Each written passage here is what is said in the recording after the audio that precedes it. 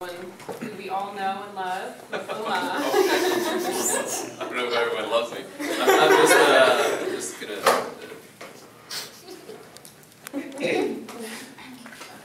There, okay, 20 minutes. So it should vibrate or something. It sounds a bit obscene. It should vibrate. Yeah.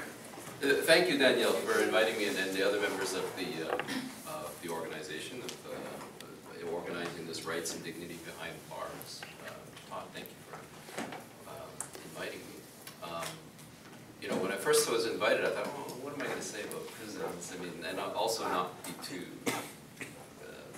teacherly, I guess, because that's kind of what my colleagues and I, thank you for coming, Jeff and Mike, do, you know, in our day jobs, I guess, and what can we provide here?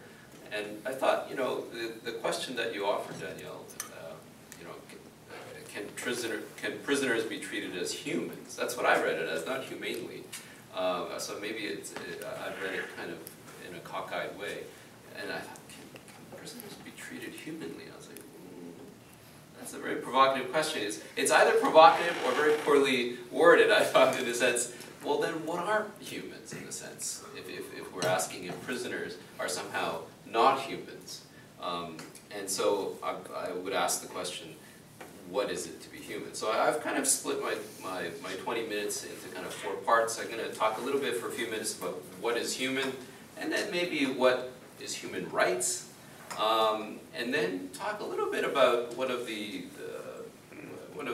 main figures within criminology, Beccaria, that some of us have read in all our coursework, and this notion of utilitarianism, and then end kind of talking a little bit for a few minutes about Angela Davis and also Michelle Alexander, these very famous kind of anti-racist, anti-prison activists in America, and trying to connect maybe what they're doing today in America with this discourse of rights and the institutionalization of this thing called prisons. So what are humans? I guess, you know, and can Warren be treated humanly? That's how I read it, I think certainly most of us can see in the context of the question. Maybe there's 2 questions. There's one question in the sense that, can you be treated, you know, biologically in a human way? Can you be provided water, food, sustenance, shelter, so on and so forth? And then this other question, can you be treated in a human way? And I think that's what Warren's been talking about, and I think you've made an incredibly persuasive case that no, that the institution as it currently exists can't do that, can't deliver that. But in what way can't it deliver that? I mean, certainly we understand that one of the fundamental rights, I think you're talking about rights, is this notion of free will or freedom of mobility. Certainly those are immediately taken away from you when you're incarcerated. But if we can understand this, we can separate it in the sense of what you can do and what we could provide. Those are 2 kind of biological, 2 different questions. One is about agency, and one is more about biology in the sense, can we treat you in a way that you won't die? The bare minimum. And so there's some philosophers, Agamben that comes to mind, where he talks a little bit about, is anyone studied Agamben in philosophy or whatever, about bare life, right? This notion of this minimal amount of life in which we can treat people, and if we treat people in this minimum way, somehow we've passed the test, and therefore we're treating people in an equitable manner. And so I think those are 2 different things, and we can talk more about that in the discussion. Some of you might think, well, that's silly to talk about that. That's not really the question. The question is, can we treat people respectfully? I think that's a different question, right? And what does that mean, respectfully? But we can address that in the discussion period. But certainly, you know, I think the question of are you human and what does it mean to be human really informs what we understand is human rights. So Danielle, are you human? Yes. What? Explain what the attributes. How are you human? Well, like you were saying, we could say biologically, but Veronica? She's looking at you. You've got the answers. Yeah. I'll go to What are some of these attributes then? I feel like I'm on the hot Yeah. seat. Okay, so you're not on the hot seat. Okay, My so- apologies. I guess there are different ideas of what human is, but certainly I think the way in which we think about it in the context of the criminal justice system and the charter that Warren brought up is this notion of rights, I guess, and this notion of human rights, and this notion that all humans somehow should have access to these bare minimum rights, not least of which this notion that all men are created equal, right? And that we need no proof for that, and that somehow that this notion of equality and that we should all enjoy these rights of mobility, of speech, of freedom, of membership in a larger community is self-evident, that it needs no proof. That actually is a very specific type of discourse around what it is to be a human person, in the sense that we can see that discourse as arising from basically a particular type of philosophical moment in France during and before the French Revolution around what it is to be a person, to be a man, to be a human person, right? The discourses of man, Rousseau and others, and we can see that discourse around rights, around this notion of what it is to be human, and with, if you will, another discourse of challenging this notion of the sovereignty of the monarchy, and then also of God. We start to create a system, a human-made, man-made system of rules and regulations where we say, these are the attributes of what it means to be a human person, and these are the things that we believe all human beings possess, such as equality, or the different things that are outlined in the Charter. And that's a very powerful discourse in the sense that this is a very Western and pervasive discourse, I guess. And that's something we can talk about also in the discussion. But so, what I'm trying to suggest is this notion of human rights and of humankind, or of mankind, is something that is invented, that it is actually artificial. And yet it's so powerful in the way in which it has colonized. It's almost a contagion in some respects, that it has colonized all thinking about what it is to be human. And then hence the question, can you treat prisoners in a human way? That really is a complicated question. What is it that we want to do with prisoners? If we look at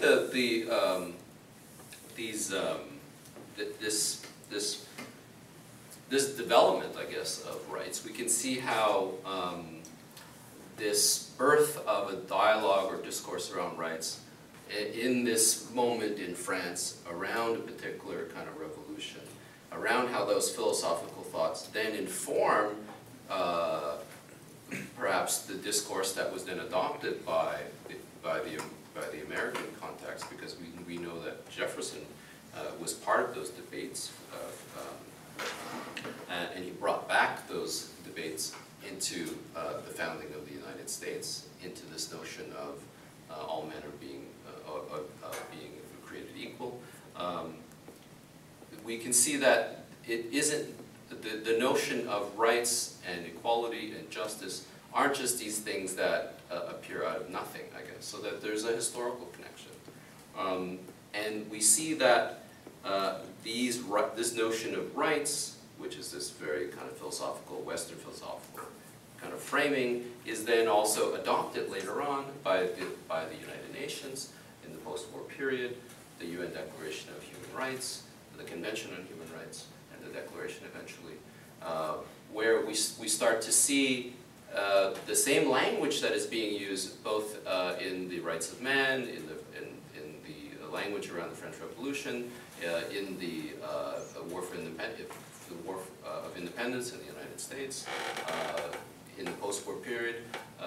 We see the same language around trying to create, if you will, a coda of rights that are supposed to be self-evident. And so what are some of these self-evident rights, these legal rights?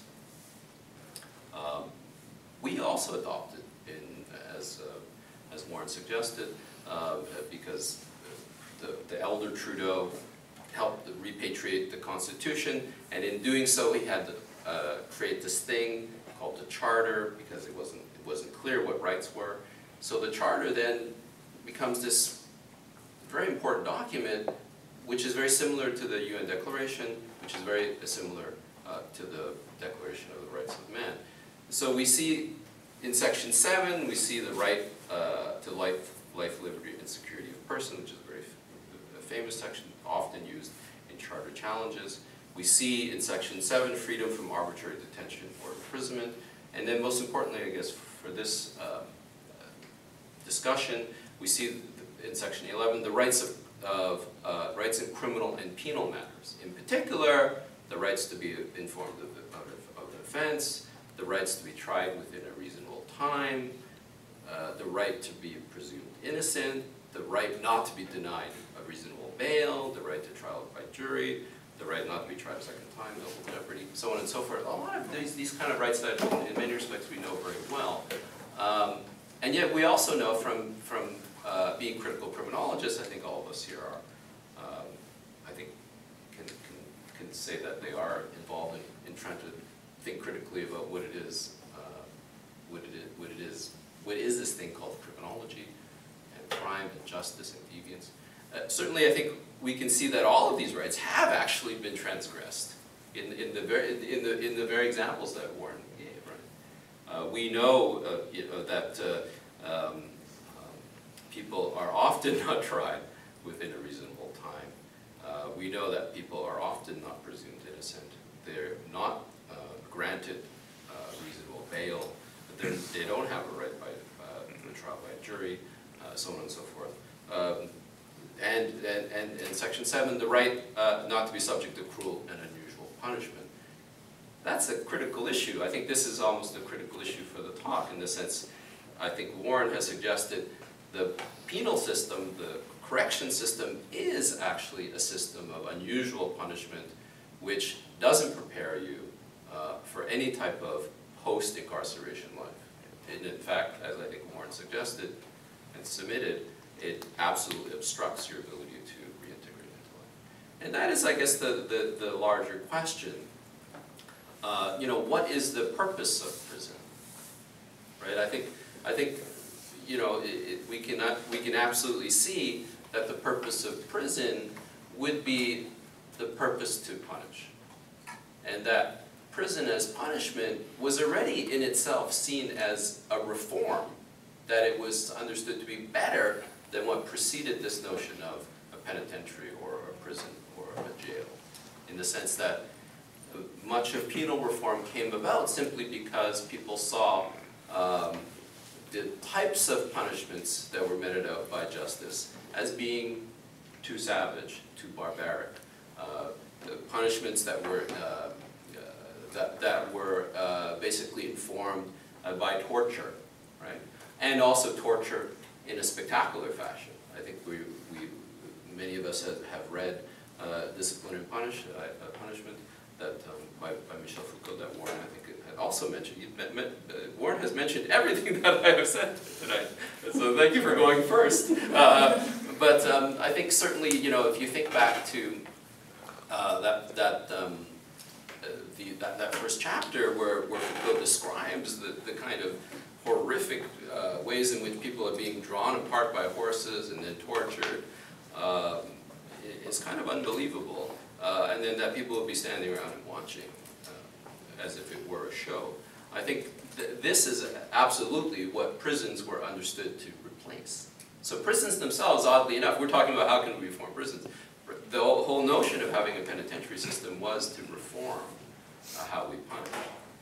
But this is the problem, punish. So there is really no, I think, aspect of reform, I think, that has been in any way seriously incorporated into the system. So the third thing I wanted to mention, before I run out of time, I don't even know what time I'm at now. Minutes left. Is that even in the reform of the way in which we deal with deviance, One of the authors that we often think about is Cesar Beccaria in Utilitarianism, this notion of the greatest good for society. Even in his writings, he suggests that we should be careful about what punishment is. And I'll just share some of the words that he says in his very famous essay, a long essay, on crime and punishment, written in 1764. He writes, quote, "Every punishment which does not arise from absolute necessity," and I'm paraphrasing, "is tyrannical. Every act of authority of one man over another, for which there is not an absolute necessity, is tyrannical." Right? No man ever gave up his liberty merely for the good of the public. So the intent of punishments, I'm really compressing from a bunch of different parts of his writing, that the intent of punishments is not to torment the sensible being, nor to undo a crime already committed. Rather, such punishments ought to be chosen as will make the strongest, most lasting impressions on the mind of others, so as a deterrent, with the least torment to the body of the criminal. That's important, I think. So even someone who we think about as someone who's writing in a very kind of early moment in thinking about crime, before there were even criminologists, even he's quite worried about this notion of the necessity of punishment and what punishment should do as a deterrent, and being worried about the, if you will, the side effects or the boomerang effects of punishment, this notion of torment to the body of the criminal.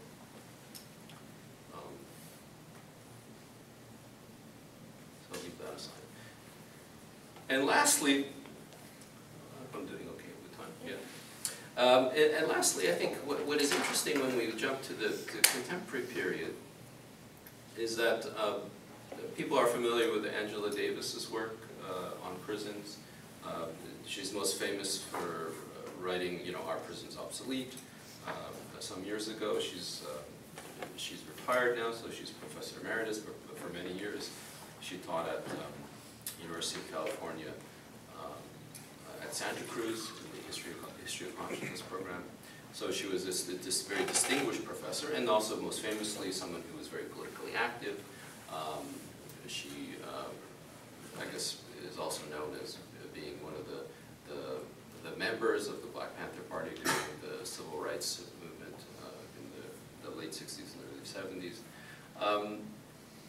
For her, she writes, quote, and this is a much quoted phrase from her, it's from her autobiography in 1974, quote, "Jails and prisons are designed to break human beings, to convert the population into specimens in a zoo, obedient to our keepers, but dangerous to each other." Absolutely echoing almost everything that Warren has said. And I think that if she said that in 1974, and I think it's still true today. And if that is the case, why is it that she's interested? Let me rephrase that not as a question. Professor Davis is absolutely this kind of engaged activist scholar who spends basically the last, I'd say, 30 or 40 years working on the 2 minutes set, perfect, on the abolition. Thank you, on the abolition of prisons, and pointing out that the incarcerations in the United States are very heavily skewed in terms of race, and so she and an author like Michelle Alexander, who's also a lawyer, and she wrote a book called The New Jim Crow, which was very well received in the last few years. Both of these authors are really pointing out not just the question of incarceration being, if you will, a system to break humans, and also perhaps to torment them, but rather this additional thought that perhaps it's a system to maintain and discipline a particular segment of the population, the African American population. And I think that there are things we could think about in terms of analogies with the Canadian system.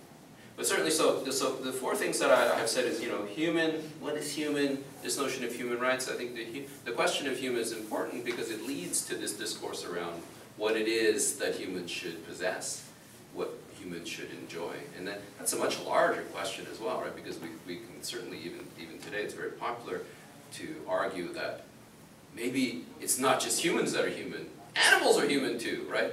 Primates are human. They exhibit all of those characteristics. We should be extending those rights beyond just the human sphere.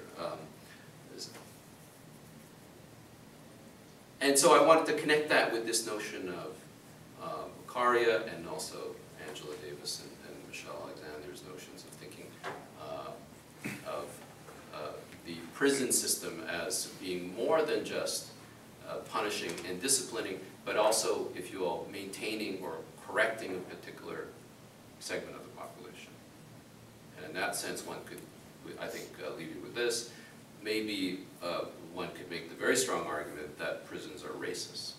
But it's not just the prison in the sense that perhaps the prison is one component, or maybe even the last landing spot of this system of criminal justice. Right? It takes many, many steps before you get into the penitentiary.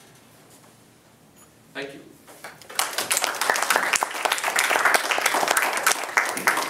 Okay, awesome. Thank you so much, Mike. Thank you. Very interesting. So why don't we start our discussion? Is there anyone who